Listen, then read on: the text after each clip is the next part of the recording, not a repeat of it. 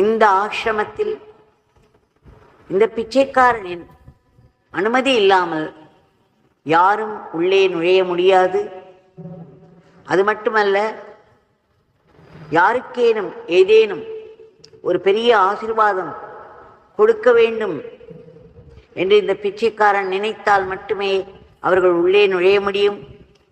உள்ளே நுழையும் ஒவ்வொருவரையும் என்னுடைய தந்தை பார்த்து கொண்டிருக்கிறார். இந்த ஆசிரமத்தில் நுழைந்தவர்கள் யாரும் வெறும் கையோடு திரும்ப மாட்டார்கள். என் தந்தையின் ஆசீர்வாதங்கள் அவர்கள் மேல் எல்லா பக்கத்திலிருந்தும் எப்பொழுதும் பொழிந்த வண்ணம் இருக்கும், மழை போல் பொழிந்த வண்ணம் இருக்கும். அவர்கள் அதை உணர்ந்தாலும் சரி, உணராவிட்டாலும் சரி, இது சத்தியம் என்று சொன்னார். எப்பேற்பட்ட வாக்கியங்கள்!